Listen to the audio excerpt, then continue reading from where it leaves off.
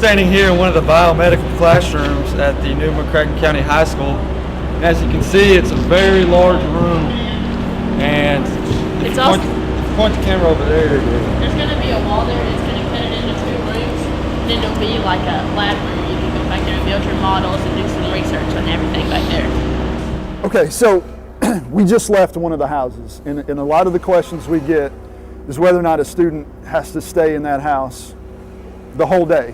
Well, we're in the biomedical room that you guys just described. So if a student is taking classes, their core classes in that house, but yet they have biomedical engineering as one of their classes in their electives, they come over here to take it. This is where they would come to do that. So whether or not you're in another house on the other side of the building, you come here and you take the class with other kids who are interested in biomedical. So this is just one example, and we have other classrooms that look like this throughout the school. So I just wanted everybody to get a feel that you're not necessarily confined to that space, that you do get to come over here and take other classes with other kids. And what a space this is. This is a great space. So we're going to move into one of the other houses.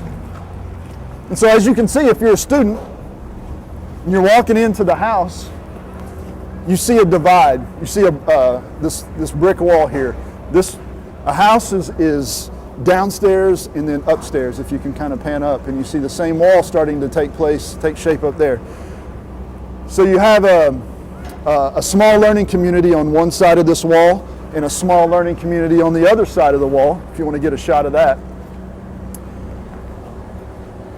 So, for example, where those gentlemen are working right there, this could be a space that houses possibly 100 freshmen.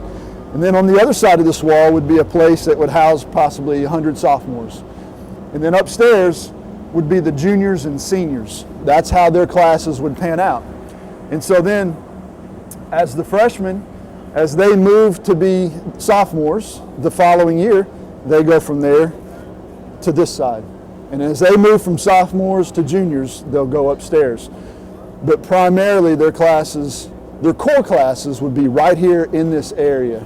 And then the electives that they take would be out in the building somewhere. And so then if you pan, you can see all the different classrooms. And these will be things like your English class, social studies class, your math class, and then your science rooms are in the back. And then along these brick walls would be the students' lockers, so that you don't have to travel from one part of the school to the next to get your materials and things like that. They're right here. So this is when we're talking about a small learning community, this is it.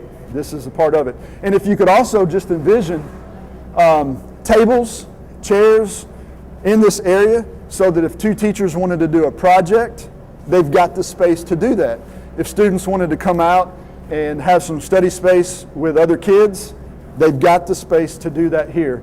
And this is what we call the extended learning centers of the house.